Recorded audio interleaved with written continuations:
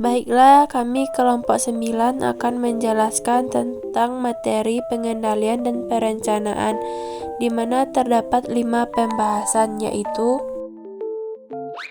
1. Anggaran. Menurut Robert N. Anthony dan Vijay Govindarajat, pengertian anggaran yang diterjemahkan oleh V.X. Kurniawan Jakrawala dalam bukunya Sistem Pengendalian Manajemen adalah sebagai berikut. Anggaran adalah alat untuk memberikan informasi ke pihak manajemen mengenai rencana yang dimiliki oleh seorang kepala divisi untuk tahun berikutnya, agar pihak manajemen dapat memberikan penilaian terhadap rencana-rencana yang telah disusun. Kegunaan anggaran. Adapun kegunaan anggaran tersebut adalah sebagai berikut. 1. Sebagai pedoman kerja. Anggaran berfungsi sebagai pedoman kerja dan memberikan arahan, sekaligus harus memberikan target-target yang harus dicapai oleh kegiatan-kegiatan perusahaan di waktu yang akan datang. 2. Sebagai alat pengkoordinasi kerja. Anggaran berfungsi sebagai alat pengkoordinasi kerja agar semua bagian-bagian yang terdapat di dalam perusahaan harus dapat saling menunjang, saling bekerja sama dengan manajemen untuk menuju sasaran yang telah ditetapkan. Dengan demikian, kelancaran jalannya perusahaan akan lebih terjamin. 3. Sebagai alat pengawasan kerja. Anggaran berfungsi pula sebagai tolak ukur, sebagai alat pembanding untuk menilai realisasi kegiatan perusahaan, dengan membandingkan antara apa yang tertuang dalam anggaran dengan apa yang dicapai untuk realisasi kerja perusahaan. Dapat dilihat apakah kerap sukses bekerja dengan perbandingan tersebut. Dapat pula diketahui sebab-sebab penyimpangan antara anggaran dan realisasinya, sehingga dapat diketahui kelemahan dan kekuatan yang dimiliki perusahaan. Hal ini berguna untuk menyusun rencana atau budget selanjutnya secara lebih matang dan lebih akurat. 2. Anggaran induk. Anggaran induk atau disebut juga sebagai anggaran pusat merujuk pada rencana keuangan utama suatu organisasi atau perusahaan. Ini mencakup alokasi dana untuk semua departemen, proyek, dan kegiatan yang dilakukan oleh organisasi tersebut. Anggaran induk membantu dalam pengendalian dan pengawasan keuangan secara keseluruhan, memastikan bahwa sumber daya dialokasikan secara efisien sesuai dengan tujuan dan strategi perusahaan.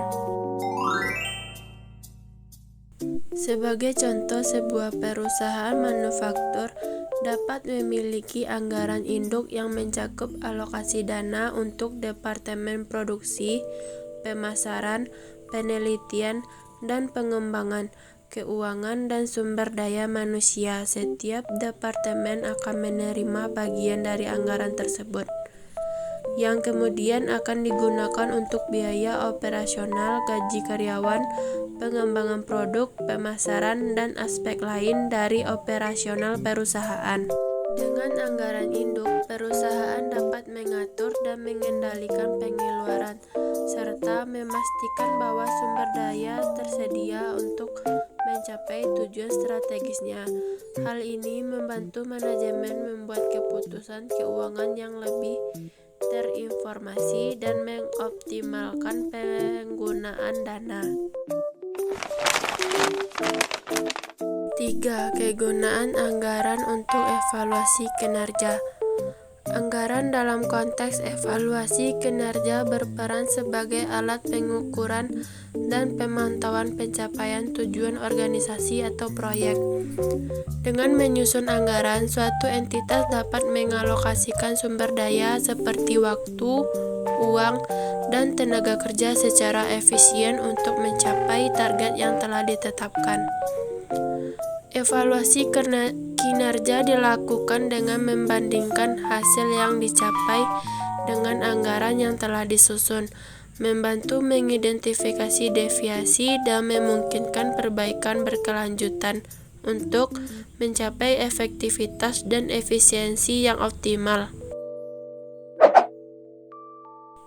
Anggaran ini membantu dalam menilai efektivitas dan efisiensi penggunaan sumber daya, serta membandingkan kinerja aktual dengan target yang telah ditetapkan.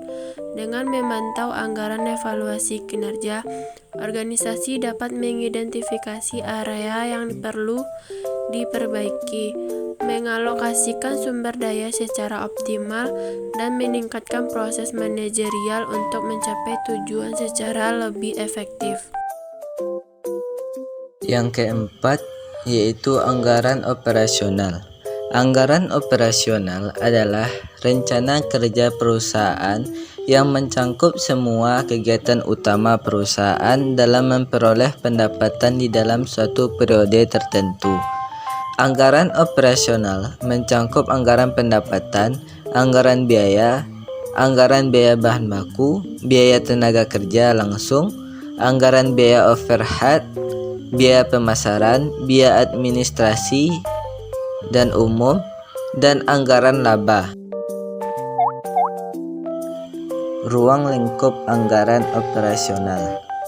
Operating budget merencanakan tentang kegiatan-kegiatan perusahaan selama periode tertentu yang akan datang. Pada dasarnya, kegiatan perusahaan selama periode tertentu terkait dengan ruang lingkup anggaran operasional meliputi dua sektor, yaitu A. Sektor penghasilan atau revenues, ialah pertambahan aktiva perusahaan yang mengakibatkan bertambahnya modal sendiri, tetapi bukan karena penambahan setoran modal baru dari para pemiliknya, dan bukan pula merupakan pertambahan aktiva perusahaan yang disebabkan karena bertambahnya utang. Dipandang dari sudut hubungannya dengan usaha utama perusahaan, penghasilan dapat dibedakan menjadi dua subsektor, yaitu yang pertama, subsektor penghasilan utama atau operating revenues, ialah penghasilan yang diterima perusahaan yang berasal dan berhubungan erat dengan usaha pokok perusahaan. Yang kedua, yaitu subsektor penghasilan bukan utama atau non-operating revenues, ialah penghasilan yang diterima perusahaan yang tidak berasal dan tidak berhubungan erat dengan usaha pokok perusahaan, melainkan dari usaha sampingan perusahaan.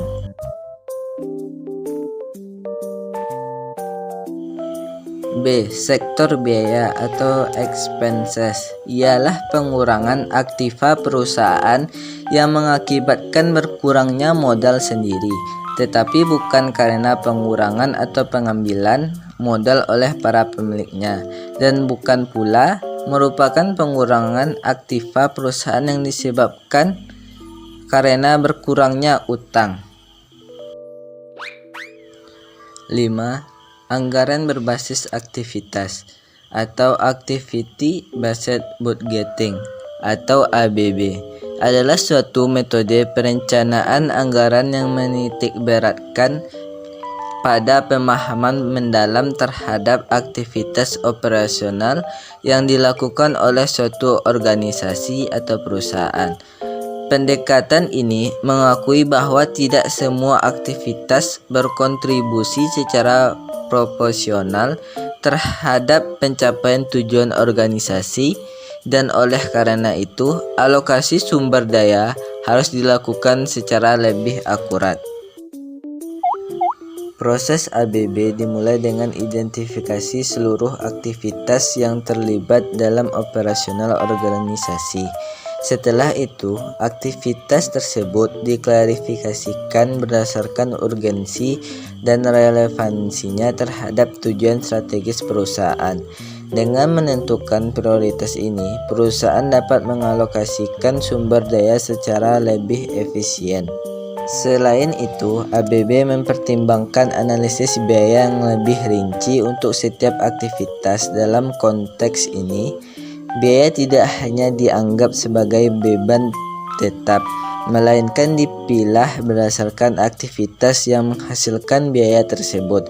Dengan memahami bagaimana biaya berkaitan dengan aktivitas spesifik, Organisasi dapat mengidentifikasi area di mana efisiensi dapat ditingkatkan.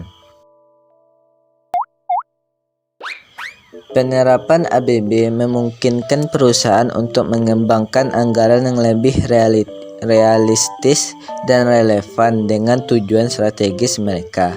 Aktivitas yang memberikan kontribusi lebih besar terhadap pencapaian tujuan mendapat alokasi sumber daya yang lebih besar, sedangkan aktivitas yang kurang relevan dapat mengalami pemangkasan anggaran.